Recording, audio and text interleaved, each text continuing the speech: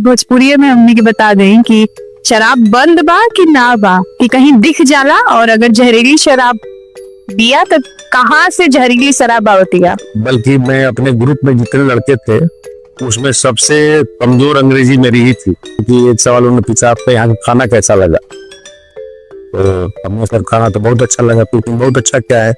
मैं तो आज तक ऐसा खाना ही नहीं खाया हूँ। हमारे घर में तो हम लोग रोटी चावल दाल के आगे कुछ खाते ही नहीं है। तो यहाँ पे तो चिकन भी मिल रहा है, मटन मिल रहा है, अंडा मिल रहा है। मैं घर में तो होली वगैरह में कभी मटन मिल गया तो मिल गया। तो वो जो फोटो था तो पटना कॉलेज में जैक्सन हॉस्टल में मेरे बगल के रूम में रहने वाला लड़का था। अब रात भर हम इसी तरह सोचते रहे कि मेरे बगल के रूम वाला लड़का फॉरेन सर्विस में सिलेक्ट हो गया और मेजर का नौकरी छोड़ के मैं आया। यही सोच रही थी। और से हम लोग शुरू किए, बेडशीट पे सोए हैं एक कांस्टेबल के घर, ठीक है ना। आज एक परिवार में एक दो बच्चे हैं, आइडियली एक लड़का एक लड़की, लड़की की शादी हो गई। आज लड़का रोहतांग पास पे जाके काम कर रहा है, माता पिता बूढ़े घर पे हैं, कौन उनको देख रहा है। तो बिहार में तरक्की हुई है, उसमें कोई शक नहीं है, तरक्की नहीं हुई है, लेकिन बिहार और दूसरे राज्यों का जो गैप है कायम है।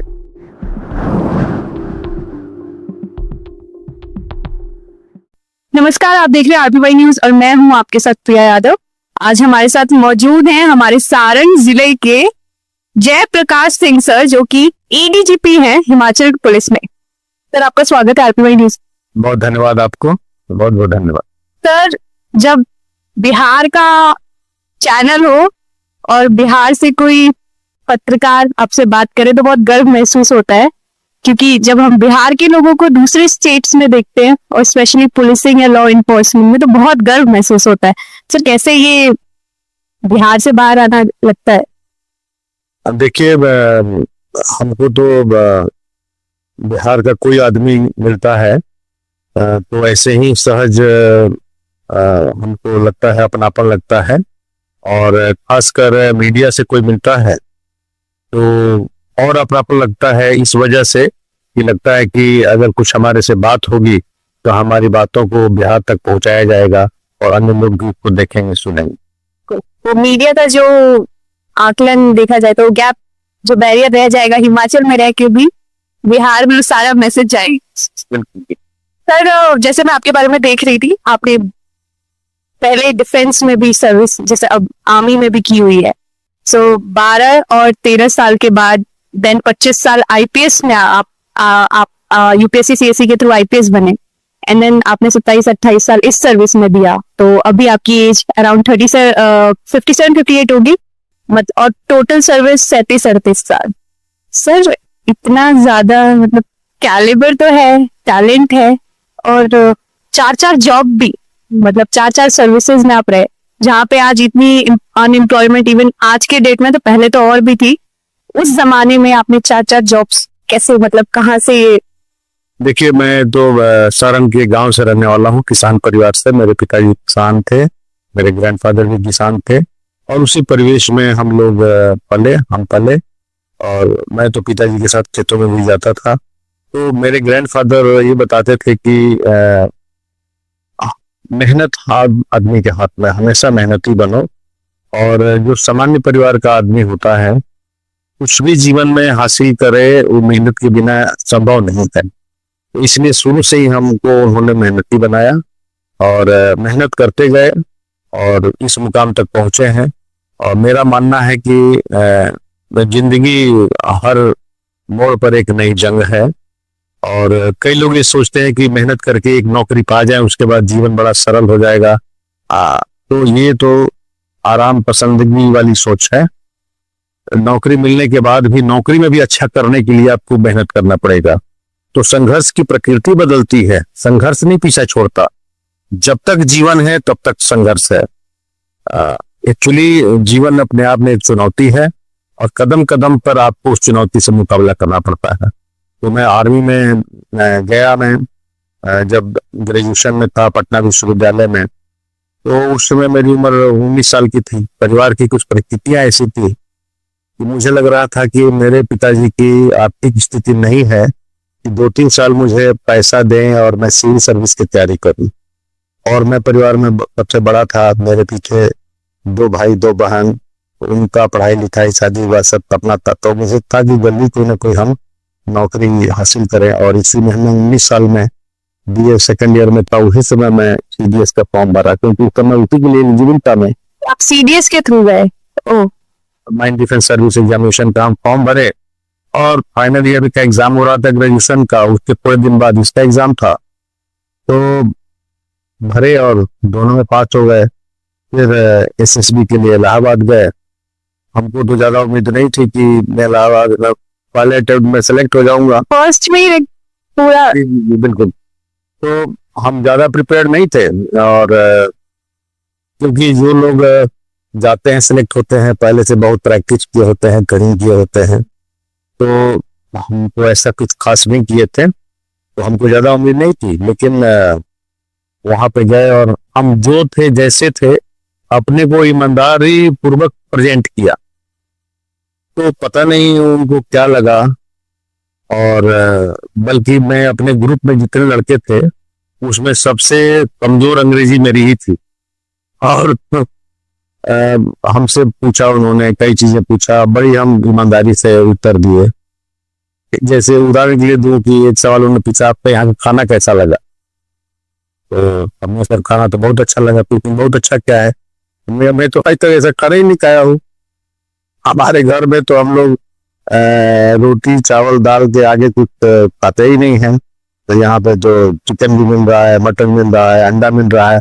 मैं घर में तो होली वगैरह में कभी मटन मिल गया तो मिल गया, है ना, कभी शादी विवाह में कुछ बढ़िया मिल गया तो मिल गया, नहीं तो रूखा सूखा ही खाते हैं। इस तरह से वो हमारे इंटरव्यू में हंसते भी थे। मैं सोचा था कि मेरा तो नहीं होगा, लेकिन मैंने सुखद आश्चर्य हुआ जब मेरा हुआ, और दूसरों को भी आश्चर्य हुआ। जो लोग रिजेक्ट हो गए, कहे यार तुम तो देहाती आदमी हो, गला भला हो, कैसे तुम्हारा हो गया? तो इस तरह से एक बहुत अच्छी शुरुआत हुई। मैं बहुत ज्यादा कॉन्फिडेंट नहीं था कि मेरा होगा, लेकिन वो एक अच्छी शुरुआत हुई और इससे हमारे परिवार को बड़ी राहत मिली। और हम 6-7 साल आर्मी के दौरान सर्विस किए, इसमें बहनों की शादी वगैरह अपना करा के परिवार प्रति करीब था, उसको भी अपना कवितार वगैरह करके मेरी शादी भी हो गई। तब तक मैं कैप्टन हो गया था, फिर मेजर हुआ आर्मी में। लेकिन हमारे साथ के कई लड़के उस समय तक सिविल सर्विस में आ चुके थे। तो मुझे याद है जब मैं कारगिल में पोस्टेड था, तो रात को ड्यूटी अफसर था, वहां पे कंपटीशन सक्सेस रिव्यू मैगजीन रखा हुआ था टेबल पे। देखा कि फ्रंट पेज पे फोटो छपा है और लिखा है हेडिंग कि IAS topper talks to you. तो वो जो फोटो था वो पटना कॉलेज में जैक्सन हॉस्टल में मेरे बगल के रूम में रहने वाला लड़का था। अब रात भर हम इसी तरह सोचते रहे कि मेरे बगल के रूम वाला लड़का फॉरेन सर्विस में सेलेक्ट हो गया। आईएफएस में उनका सिलेक्शन है। उस समय तो इंटरव्यू में तो केवल रैंक आता है, तो उसमें लिखा था IAS topper talks to you. बाद में पता चला कि उन्होंने फॉरेन सर्विस लिया। और मिस्टर मुकेश परदेसी अभी वो टर्की में भारत के राजदूत थे, टर्की लोग। उनका इंटरव्यू में रात भर पढ़ता रहा और उससे काफी हमको प्रेरणा मिली। इसी तरह से और भी कई क्लास के जो लोग हैं, क्लासमेट था, उनसे आ गए। तो इसमें कईयों ने कहा कि तुम शॉर्ट सर्विस कमीशन में हो और फिर सर्विस परमानेंट मत करो, अच्छी सर्विस की तैयारी करो। लेकिन तब तक 6-7 साल हमारी पढ़ाई छूट गई थी और फिर नए सिरे से शुरू करना, शादी विवाह भी हो गया था, तो एक पारिवारिक जिम्मेवारी नहीं आ गई थी। तो फिर मैं सोचा कि लेकिन अगर रिस्क नहीं लेंगे तो बात कुछ बनेगी नहीं, जीवन भर अफसोस रहेगा। तो मैंने एक बड़ा ही बोल्ड डिसीजन लिया। रिस्की भी, रिस्क डिफेंस सर्विसेज को छोड़ के। रिस्की भी था क्योंकि आर्मी में मेजर था, मेजर लेवल पे काफी सारा कुछ करियर का स्कोप बहुत बड़ा था, बढ़िया था। तो वो रिस्क लिया और इसमें मेरे परिवार का भी सपोर्ट रहा, भाई का भी सपोर्ट रहा। उन्होंने यही कहा कि परिवार की स्थिति आप देख ही रहे हो, आप इकलौते कमाने वाले आदमी हो परिवार में, और फिर भी आपका कैरियर है, तो इसमें हम लोग नई बाधा नहीं बनेंगे। तो आप जो भी बहुत बड़ी बात है, हम लोग उसके साथ हैं। इस तरह से छोड़ा मैं, फिर दिल्ली एयरपोर्ट अथॉरिटी पे आया। यहाँ पे एयरपोर्ट अथॉरिटी ऑफ इंडिया में मैं फैकल्टी मैनेजर बना, फिर सेल्फ स्टडी यहाँ से शुरू किया। 7 साल पढ़ाई छोड़ने के बाद यहाँ सेल्फ स्टडी शुरू किया। सर इसमें एक क्वेश्चन कि मतलब आपको पता था कि मुझे side by side financially strong भी रहना होगा तैयारी के साथ? हाँ, क्योंकि जो हमारी जिम्मेवारी थी तो वो चलाने के लिए तो साथ पैसा चाहिए ही चाहिए था। तो इसलिए मैं आर्मी से आया और आर्मी की सर्विस के दौरान ही हम एयरपोर्ट अथॉरिटी ऑफ इंडिया में सिक्योरिटी मैनेजर के पोस्ट के लिए अप्लाई किया। फिर उसमें भी रिटन एग्जामिनेशन हुआ, फिर उसमें इंटरव्यू हुआ, उसमें सिलेक्ट हुआ। उसके आधार पर मैं आर्मी छोड़ के आ गया, नेक्स्ट डे दिल्ली आईए एयरपोर्ट पर ज्वाइन किया। तो इस तरह से, चूंकि और कोई आमदनी नहीं था परिवार में, परिवार मेरे पे ही निर्भर था, इसलिए बिना नौकरी के रहना मुश्किल था। और आपके अंदर वो कैलिबर और पूरा टैलेंट था। चलिए मेहनत करते गए, ईश्वर की कृपा भी। ये आप ग्राउंडेड है इसलिए बोल रहे हैं, बट लाइक इतने अच्छे अच्छे मुकाम पे जाके एंड देन ये रिस्क लेना बहुत बड़ी बात होती है। बिल्कुल बिल्कुल। तो फिर जब यहाँ हम सेटल हुए तो यहाँ से हम सेल्फ स्टडी शुरू किया। फिर मैं एक छोटा वाक्य बताऊंगा। जब मैं वाइफ के साथ दिल्ली आया, मैं आर्मी छोड़कर, तो मैं दिल्ली में जानने वाला मेरा कोई नहीं था। एक आरा डिस्ट्रिक्ट है हमारे मित्र थे, पटना कॉलेज में, तो और उनके भाई दिल्ली पुलिस में कांस्टेबल थे। तो उनके घर हम लोग जाके रहे और उनका भी छोटा सा घर था। तो उनका जो एक ऐसा कमरा था जिसमें सामान वगैरह रखा रहता था, उसी को झाड़ करके उन्होंने एक बेडशीट दिया और मेजर का नौकरी छोड़ के मैं आया। यही सोच रही थी। और से हम लोग शुरू किए। बेडशीट पे सोए हैं एक कांस्टेबल के घर, ठीक है ना। मैं हमेशा उनके प्रति आभारी रहता हूँ। उनके पास जो भी था हमको दिया उन्होंने। और फिर वहां से जर्नी शुरू हुई। आर्मी छोड़ने के बाद यहाँ से जर्नी शुरू हुई। आज देखिए कि मेहनत तो किए हैं हम, लेकिन फिर भी ईश्वर की कृपा और प्रेरणा का बड़ा आशीर्वाद है कि आज पुलिसों में एडिशनल डायरेक्टर बनने के लिए। अब सर हमारी कामना रहेगी कि हम आपको और भी जगहों पे समाज सेवक के रूप में देखें, क्योंकि आपके जैसे ही लोग उन्नति करते हैं। तो आपने देश के लिए तो कर दिया, बिहार के लिए भी कुछ सोच रहे हैं करने के लिए? नहीं, देखिए मैं बिहार में तो हमारी आत्मा व्यक्ति है, भले शरीर हम लोग बाहर रहे हैं, आर्मी में रहे हैं। तो हम पंजाब में आतंकवाद चलाए, कारगिल में मैं रहा हूँ, फिर पुंछ राजौरी में रहा हूँ। तो देश सेवा आर्मी में रह के किया। उसके बाद एयरपोर्ट अथॉरिटी चला, उत्तर प्रदेश सिविल सर्विस में भी रहा हूँ मैं, इलाहाबाद में कुछ रही हो, फाइनेंशियल में काउंसिल कर रहा हूँ। जब एयरपोर्ट अथॉरिटी को पढ़ना शुरू किया तो पहले उत्तर प्रदेश सिविल सर्विस किया, फिर वहां भी पहले मेरा सिलेक्शन हुआ, फिर उसकी ट्रेनिंग नैनीताल हुई, उसके बाद इलाहाबाद पोस्टिंग हुई, फिर वहां से फिर सेल्फ स्टडी शुरू किया। मैं एक चीज नोटिस कर रही हूँ सर, कोई भी चीज देते हैं और उनका सिलेक्शन हो जाता है, तो ये कोई वो नहीं है कि बस एक मतलब सर इतनी मेहनत करते कि फर्स्ट सिलेक्शन में ही क्रैक कर देते। चलिए एक मैंने एक संजोग रहा। इस संजोग और लक नहीं है सर, ये आपकी पूरी मेहनत है। तो ये है कि हम कोशिश करते हैं कि जिस काम में लगे तो शिद्दत से लगे। तो वहां रहे और फिर इलाहाबाद में ही हमने तैयारी की और भी सेल्फ स्टडी किया। जो भी सर्विस कर रहा था तो लंबी छुट्टी लेने का भी स्कोप नहीं था और सर्विस कर रहा था, इसलिए दिल्ली आकर कोचिंग वगैरह करने का भी समय नहीं था। तो मैं आपको आश्चर्य हो गया ये जानकर कि चाहे उत्तर प्रदेश सिविल सर्विस की तैयारी हो या यूपीएससी की तैयारी हो, सारा कुछ सेल्फ स्टडी से किया हूँ और बिना कोई कोचिंग के किया हूँ, ना इंटरव्यू के लिए। मतलब कोई कोचिंग, कोई गाइडेंस, कोई ट्यूशन नहीं? ये कुछ भी नहीं, बल्कि इलाहाबाद के कोचिंग में मैं ही जाके पढ़ाता था शाम को। अब आप देख रहे हैं मतलब एक्स्ट्रा ऑर्डिनरी से भी आगे जो लोग होते हैं सर उनमें आते हैं आप। मतलब देखिए, मतलब बच्चों को भी पढ़ा रहे हैं और खुद भी पढ़ रहे हैं, और कितनी मतलब वो मोटिवेशन है यार। मतलब कि ऐसा हो गया कि सेटल्ड है लाइफ में, सब कुछ सेटल्ड है, फिर भी वो जुनून है कि अभी और आगे बढ़ना है, अभी और करना है। Very impressive sir. एंड तो इन सब ये जो इतनी लंबी जर्नी रही है, आज 5 मार्च 88 को मैं कमीशन हुआ था, ये अप्रैल चल रहा है 2025। तो 35 साल की मेरी सर्विस हो चुकी है, 38वें साल में है और 10 महीने का ट्रेनिंग अगर जोड़ दिया जाए तो 38 साल पूरा हो गया अब तरह से चाहिए। तो सिविल सर्विस में भी कोई अगर यंग एज में भी आता है तो करीब करीब इतनी ही सर्विस करता है। इतने सर्विस में जिसको सेक्रेटरी बनना है सेक्रेटरी बन जाएगा, डीजी बन जाएगा। सो अब जैसे हमारे अभी जो डीजीपी साहब है वर्तमान में यूपी में, ये 92 बैच के हैं, मैं तो 88 बैच का अफसर हूँ। एडीजीपी अभी मैंने तो लेट हो गया थोड़ा आईपीएस में आने की वजह से, तो नहीं सर, लेकिन फिर भी वो इतना गैप थोड़ी है। मतलब आप सोचिए वो 92 और अब 2000 में वो हो गए तब भी। तो ये हाँ ईश्वरीय कृपा है। तो मैं ये कहना चाह रहा था कि थ्रू आउट मैं बिहार से बाहर रहा हूँ, तो वहीं वहीं हमारा जन्मभूमि है, वहीं हम लोग पले बड़े। तो ये लगता है कि जो अब थोड़ी बहुत जो कमी रह गई है इस जर्नी में, ये है कि अपने मातृभूमि पर जाया जाए और वहां के लिए कुछ बेहतर किया जाए। इसको करने के लिए मैंने सोचा कि शारीरिक रूप से भौतिक रूप से वहां होना थोड़ा मुश्किल है, तो हमने डिजिटल मोड पर फेसबुक वगैरह पर लिखना शुरू किया। जो देश के महत्वपूर्ण फेस्टिवल्स हैं और महापुरुष लोग हैं उन पर आर्टिकल्स लिखना शुरू किया। नेशनल डेलीज में, राष्ट्रीय सहारा में मेरे करीब 25-30 आर्टिकल्स आए और उनको लेकर मैं फेसबुक डाला। क्योंकि जो आज का जो युवा है वो अपनी संस्कृति को ही भूल रहा है। हम लोग पाश्चात्य संस्कृति की तरफ बढ़ रहे हैं, तो कई चीजें हम अपने न पूर्वजों को जान रहे हैं न अपनी धर्म संस्कृति को जान रहे हैं, और अद्भुत चीजें हैं हम हमारे धर्म और संस्कृति में। तो हमने सोचा कि इसके माध्यम से, अपनी लेखनी के माध्यम से युवकों को हम प्रेरित करें।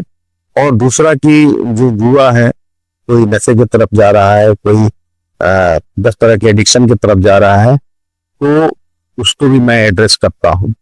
देश में 10 तरह की अलगाववादी शक्तियां भी काम कर रही है, तो मैं लिखता हूँ कुछ भी तो 3-4 चीजें ध्यान में रखता हूँ कि युवाओं के लिए संदेश हो, जो अलगाववादी शक्तियां हैं वो शिकस्त हो और समाज में भाईचारा हो, सब एक दूसरे के साथ शांतिपूर्ण सह अस्तित्व से जीना सीखें। और हमें अपनी धर्म और संस्कृति पे नाज होना चाहिए कि हम, ये भारतवर्ष है, ये इसमें सब लोग अच्छा से रहें। इस चीज को सबको ध्यान में रखते हुए मैं हम आर्टिकल्स लिखते हैं और इसको प्रचारित करते हैं डिजिटली। और जब मैं छुट्टी पे जाता हूँ तो मैं पूछने वाली थी, मैंने अपने काम देखे हैं कि आप वहां पे भी जाके बच्चों को पढ़ाते हैं। मतलब यूपीएससी में पढ़ा ही लिया, लेकिन ग्राउंड लेवल पे भी जाके बच्चों को आप पढ़ाते हैं। जब भी टाइम मिले आप वहां पे बच्चों से भी मिलते हैं। तो सर ये वाली चीज से मैं एक चीज जोड़ना चाहूंगी, जब आप जाते हैं दूसरे स्टेट से, जैसे आप हिमाचल रहे और अगर आप डिफेंस में रहे तो आप अलग अलग जगहों पे इंडिया में ऑल ओवर रहे उधर, क्या फर्क मेन दिखता है? एक तो कहते हैं कि बिहार में बाहर है, नीतीश की सरकार है, लेकिन मैं आपसे ये सवाल नहीं पूछूंगी, ये मैं अपनी तरफ से बोल रही हूँ कि इतना टाइम लैप्स पहले से भी अगर देखें तो क्या डेवलपमेंट आपको दिखती है? आपको लगता है कि जब आप बिहार से निकले सर्विस के लिए या चयन जब आपका हुआ सीडीएस के थ्रू, उसके बाद ज्यादा डिफरेंस है या थोड़ा बहुत डिफरेंस है? क्या लगता है? ठीक है, थोड़ा सा मैं पिछले सवाल का एक पार्ट छूट गया था उत्तर में, उसको देख के फिर इस सवाल पे आता हूँ। जो मैं जब जाता हूँ वहां बिहार में, तो मैं कोशिश करता हूँ कि जो हमारे खासकर सारण के यूथ्स हैं, मैं उनसे 1-to-1 उनसे मैं इंटरेक्ट करूं, क्योंकि डिजिटली इंटरेक्ट करना एक बात है और जब रूबरू आदमी होता है तो उसका दूसरा इम्पैक्ट पड़ता है।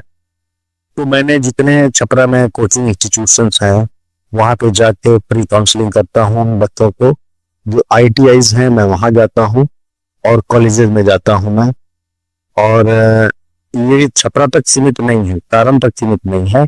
हमारे लिए सारण में सिवान और गोपालगंज मिलता है, तो छपरा, सिवान, गोपालगंज, मैं सिवान में कई कॉलेजेस में गया हूँ, DAV कॉलेज में गया हूँ, PV कॉलेज में गया हूँ और भी स्कूल्स में गया हूँ, तो गोरिया कोठी कॉलेज में मैं गया हूँ। तो ये मैं करता हूँ। और आपकी जानकारी के लिए बताऊं, मैं IITs और IIMs में भी एज गेस्ट स्पीकर में जाता हूँ। बहुत बढ़िया कर जाता हूँ मैं। तो आप देखिए कि एक छोटे कोचिंग से लेकर, और ईश्वर की बड़ी कृपा है कि IIT के लोग भी और IIM के लोग भी हमको इनवाइट करते हैं, मुझे जानने का मौका मिलता है। और वहां पर जो यंग एंटरप्रेन्योर्स हैं उनसे इंटरेक्ट करके हमको भी बहुत लर्निंग होती है। लर्निंग है to a process, it's not that कि हम ही से सब लोग सीख रहे हैं, हम भी उनसे सीखते हैं। तो ये मुझे इस तरह से मैं अपने छुट्टियों का समय व्यक्त करता हूँ। अब आया आपके जो दूसरा सवाल कि बिहार में ये क्या हुआ है, तो वे बैक इन 87 जब मैं बिहार पढ़ा तो उस समय जो तो हम लोग बटुका लालटेन युग में थे। मैं खुद लालटेन के नीचे ही पढ़ा हूँ और कई बार केरोसिन लाइट भी नहीं होगा तो डिग्री के नीचे पढ़ा हूँ, है ना। तो अगर उस समय, तो काफी लंबा समय हो गया, तो 35-40 साल की बात है। तो उस समय से तो अब बिहार में करीब करीब 20 घंटा से ज्यादा बिजली एवरेज रह रही थी। और छपरा से इकमा आते थे, इकमा जो मेरा नेटिव प्लेस है, तो कई बार 2.5-3 घंटा लग जाता था। 30 मिनट में आप आ जाते हैं। तो बिजली हो या सड़क हो, काफी इम्प्रूवमेंट हुआ है, उसमें कोई शक नहीं है कि बिहार में इम्प्रूवमेंट नहीं हुआ है। अब बल्कि एक समय था कि हमारे कई मित्र उत्तर प्रदेश के कहते थे कि उत्तर प्रदेश से तो अच्छा करके बिहार में, ये सुन के बड़ा सुकून होता था कि चलिए इसी वजह से तो बिहार की तारीफ हुई। तो काफी बिहार में इम्प्रूवमेंट हुआ है और बिजली सड़क के बारे में तो काफी हुआ है। लॉन रोड में भी इम्प्रूवमेंट है, और इम्प्रूवमेंट तो हर जगह ही है। केवल दिक्कत ये है कि दूसरे राज्य जहां पे थे वो भी इम्प्रूव कर रहे हैं, तो बिहार में और दूसरे राज्यों में जो गैप था वो गैप कायम है। अब अगर हम बगल के राज्य से तुलना करें या तो उत्तर प्रदेश से तुलना करें, तो उत्तर प्रदेश में आप देखिए कितना एयरपोर्ट है और बिहार में कितना एयरपोर्ट है। और बिहार में जो हमारा राजधानी में एयरपोर्ट है पटना में, कहने के लिए तो जयप्रकाश नारायण अंतर्राष्ट्रीय हवाई अड्डा है, तो वहां से किसी विदेश में जहाज जाती है क्या, और विदेश से कोई जहाज आती है क्या। बल्कि जो लोग पटना लैंड करते हैं, अभी चल के जाना पड़ता है अंदर तक। नहीं, और एयर स्ट्रिप इतना छोटा है कि जो एक उस लेवल के जहाज को जितना लंबा होना चाहिए रनवे, उससे छोटा है। जब छोटा रनवे होगा तो हमेशा संभावना रहती है किसी दुर्घटना की। सो हमारे राज्य की कैपिटल में ही, अभी आप दूसरे राज्यों में चले जाइए, आप बगल में आप देखिए तो लखनऊ है, वाराणसी है, नोएडा में तो एशिया का ही सबसे बड़ा बन रहा है, एयरपोर्ट बन रहा है। आप इंदौर में देखिए, हैदराबाद में देखिए, अहमदाबाद में देखिए, बेंगलोर में देखिए। इस लेवल का कोई एयरपोर्ट हमारे यहाँ है क्या? नहीं है। तो खाली एयरपोर्ट के ही कंटेक्स्ट में नहीं, अगर औद्योगिक विकास को देखा जाए तो बिहार एक प्रमुख राज्य है। बिहार के विकास के बिना विकसित भारत की कल्पना कैसे की जा सकती? भारत विकसित हो नहीं सकता अगर पॉइंट लेकिन बिहार में कितना औद्योगिकरण है?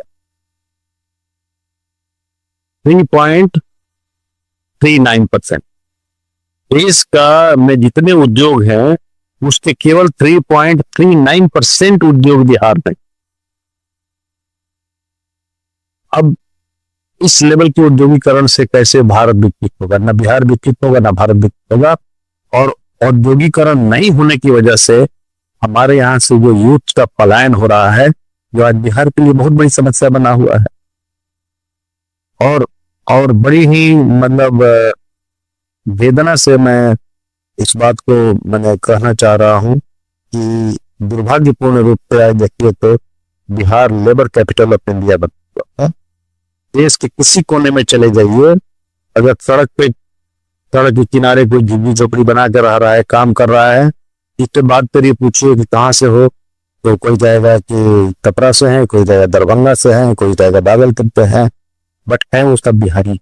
और ये रियलिटी है, मतलब ऐसा नहीं है, मतलब और ऐसा नहीं है कि अगर हम देखेंगे तो लेबर उसमें से बिहार के मिल जाते हैं, तो कोई ना कोई कमी तो रह गई होगी ना, तभी तो इतने सारे लेबर्स हो रहे हैं। और पढ़े लिखे लेबर्स, ऐसा नहीं है कि बस कि पढ़ा नहीं है या ऐसा कुछ है। देखिए इससे क्या हो रहा है ना कि खाली रोजगार की समस्या नहीं है, इससे क्या हो रहा है कि जो एक हमारा फैमिली सिस्टम है वो भी डिस्टर्ब हो रहा है।